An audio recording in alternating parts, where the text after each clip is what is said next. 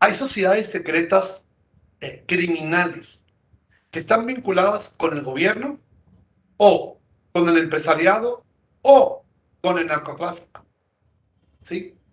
Por ejemplo, ejemplos de sociedades secretas criminales: mafias italianas, la mafia rusa, la japonesa. Otra en México, ejemplo de sociedad secreta criminal: los Caballeros Templarios, cuyo fundador, Nazario Moreno, alias El Chayo, él creó una fraternidad con, entre comillas, principios humanistas. ¿No les suena esa palabra familiar? Principios humanistas. Sociedades secretas, incluso hasta satánicas, pero eso no voy a entrar en ese tema. Hay sociedades secretas espirituales, como los masones. Hay sociedades secretas vinculatorias al poder. En México el Yunque, que está ligado al PAN, por ejemplo, el Partido Acción Nacional, pero que no es mala. Son grupos de adhesión, donde se apoyan. Grupos, sociedades secretas criminales. Otras, racistas, como el Ku Klux Klan, como los neonazis. Sociedades secretas de corte sexual. Y tiene tres fines una sociedad secreta: fin lícito, fin ilícito o bien organizativamente encubiertas, donde entra este lavado de dinero. Por eso es que no es de escamarse que un presidente, expresidente, presidenta, expresidenta, de acuerdo a cada país, esté vinculado, hombre, con las sociedades secretas, con las mafias, con los cárteles. Qué pena, ¿no? Qué pena que lo estemos hablando, pero para que entendamos ya en definitiva por qué no para el crimen organizado, por qué no para la delincuencia, por qué no para los abusos sexuales infantiles, por qué no para el tráfico de migrantes.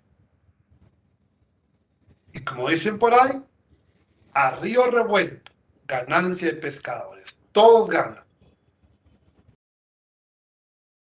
Como psicólogo jurídico, desde lo que voy percibiendo en la realidad, en este caso peruana, y también hago extensiva mi preocupación a otros países, porque voy viendo que esto no es una cuestión aislada, al contrario, internacional, pero circunscribiéndonos por lo menos a Latinoamérica, que digamos podríamos tener muchos elementos en común.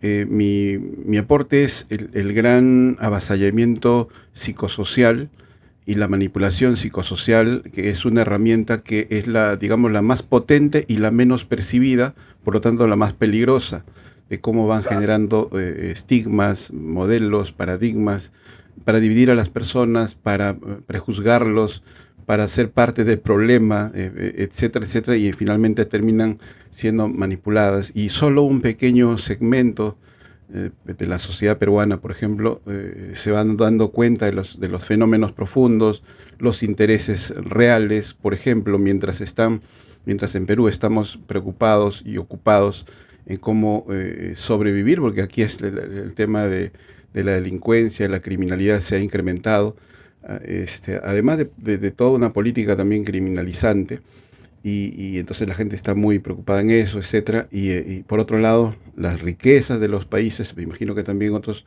en Perú por supuesto, nadie los controla y se siguen exportando con el menor beneficio para el propio país y sin la menor posibilidad de generar recursos, de transformar la materia prima, etcétera. Y ese es uno de los temas de fondo que se toca muy poco, por ejemplo, en los medios de comunicación. Eso como pequeño aporte, la importancia de la manipulación psicosocial y que veo de distintas formas, incluso en las redes sociales, y ni qué decir con las granjas de bots y demás. Y mi pregunta es si en su perspectiva, en su percepción de estas realidades de distintos países, ha encontrado alguna constante, alguna especie de algoritmo, digamos, en la implementación, yo diría, de la criminalidad de estas mafias, etcétera, para ir un poco buscando alternativas. De repente en otros países ya se ha dado digamos, algunas situaciones que en otros recién se va a dar. Entonces podríamos ir, por un lado, comprendiendo cómo se ha dado esa situación en otros países, para que en los que no todavía, pues, se pueda hacer alternativas de solución, por supuesto, desde donde las herramientas y las personas y los recursos permitan a cada sociedad. Gracias, Iván. Hay un hartazgo internacional. Hay una decepción social, obviamente con ese fundamento de psicosocial al cual usted hace referencia, donde van muy tomados de la mano la sociología y la psicología en este contexto macro. Hay un hartazgo, hay una decepción, pero al mismo tiempo se ha incrementado una doble moral en la sociedad, una doble moralina que ha llevado a que cada vez la sociedad permita estos actos de corrupción, de violencia, delincuencia, de adicción. La droga, querido maestro Iván Torbellino, la droga se ha convertido, como ya es en México, se está convirtiendo, mejor dicho, se está convirtiendo, como ya es en México, en la segunda moneda de cambio más importante del continente americano. Ojo con este dato, con esto que acabo de decir, porque es muy fuerte y trae un trasfondo. Habrá quien diga, qué romántico el doctor. No, no, no, no. Voy a repetir. Es muy lamentable, como ya es en México, que la segunda moneda de cambio más importante de toda América, de todo el continente americano, es la droga. La droga está moviendo conciencias, está moviendo, no solamente destruyendo, no, no, no, está moviendo, está transformando el engranaje del sistema macroeconómico, en este caso de América, de toda América, incluyendo Estados Unidos, ¿sí? Canadá, Estados Unidos, Centro y Sudamérica, por lo que nos toca a nosotros. La organización, el cosmos, el sistema de organización económico y social del continente americano está trastocado. Está el engranaje completamente movido. Es como cuando una banda del tiempo de un coche está ya movida. Empieza todo a descomponerse hasta que acaba por tronar. Lo que sí le digo, y no es un vaticinio absurdo, pero muy probablemente en un mediano o largo plazo va a haber movimientos armados de carácter bélico, de carácter de rebelión o revolucionario de la comunidad de América. Se están gestando de forma aislada movimientos en contra del gobierno, en contra de la delincuencia, y es cuando la comunidad internacional va a caer en esta catarsis de confrontar no solamente al gobierno, sino a la delincuencia.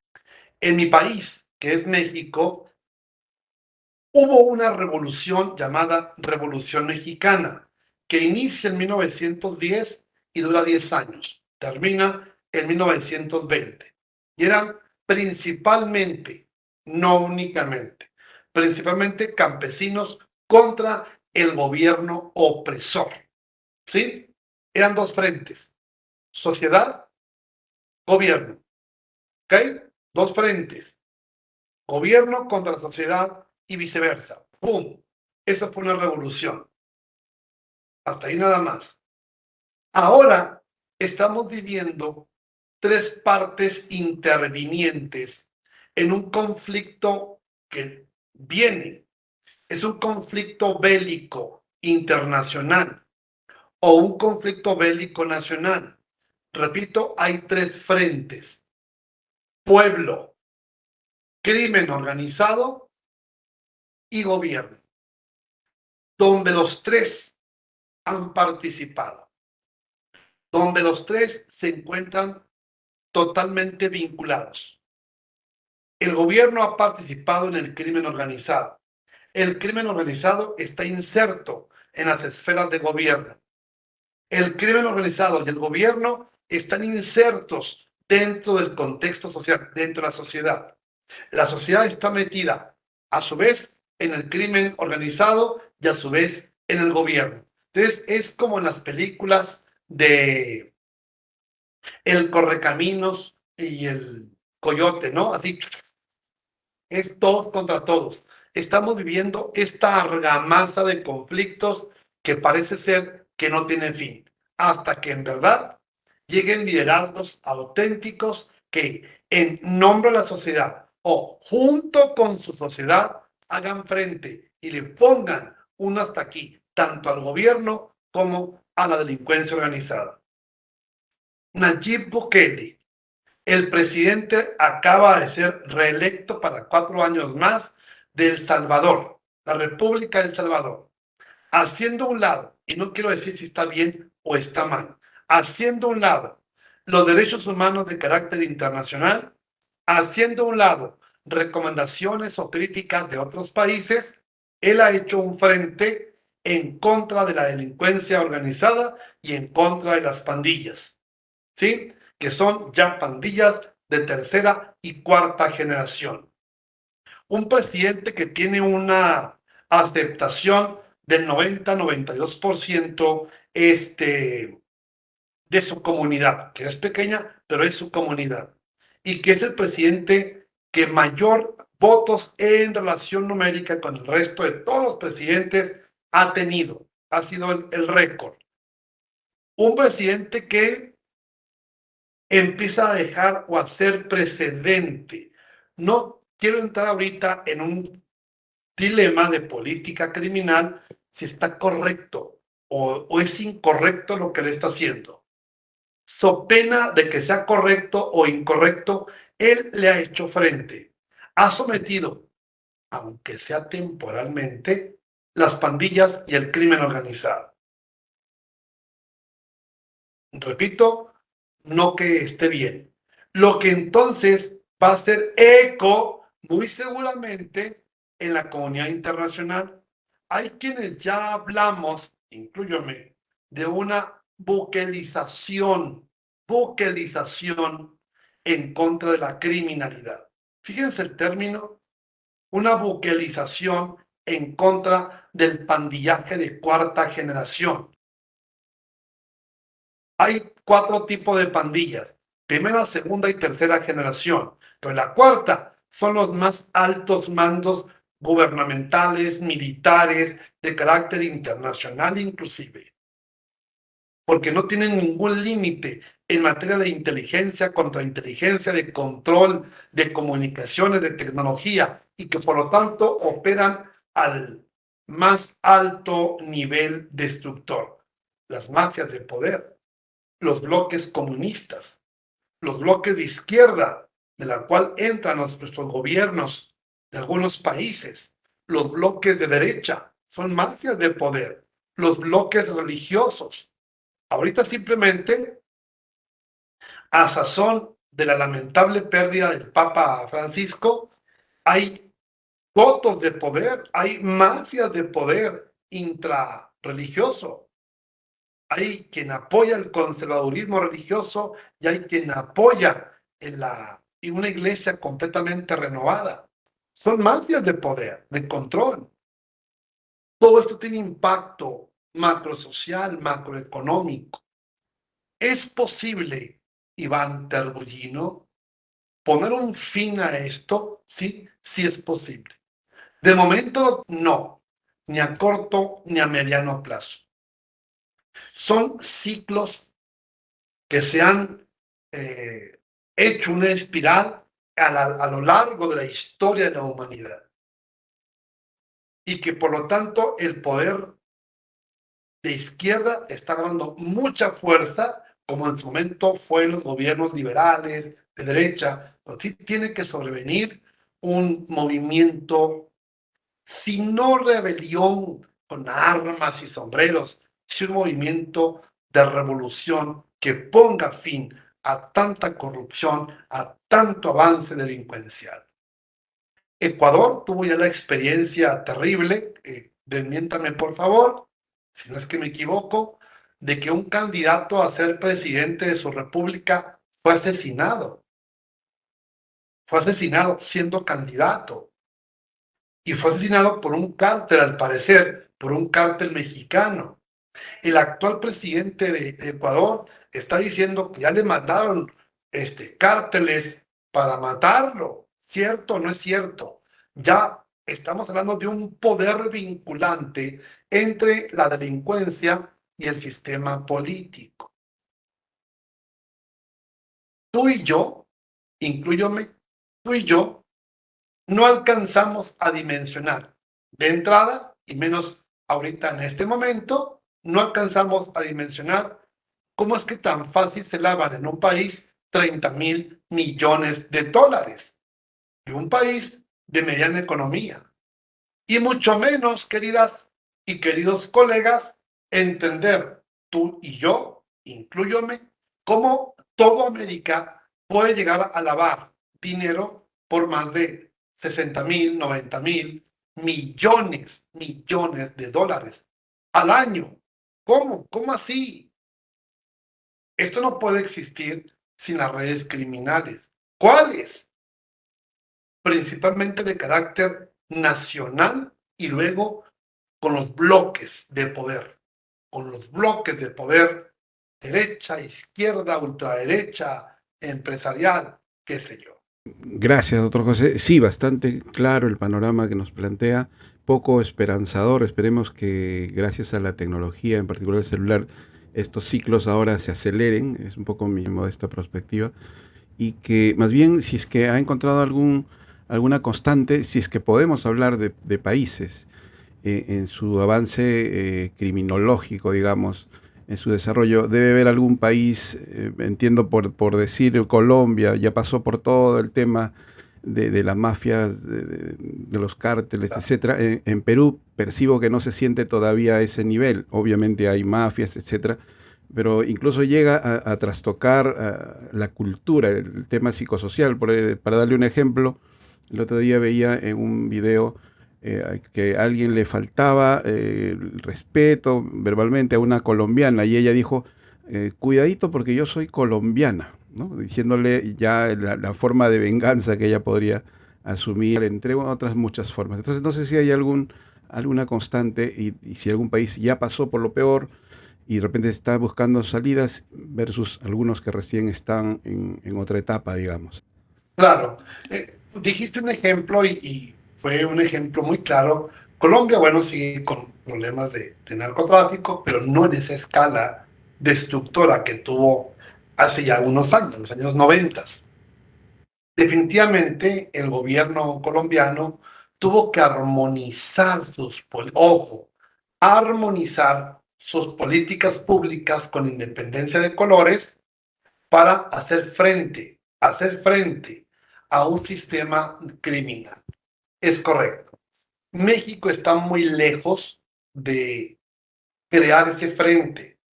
Estamos viviendo una egocracia demencial sin límites, sobre todo en el continente americano.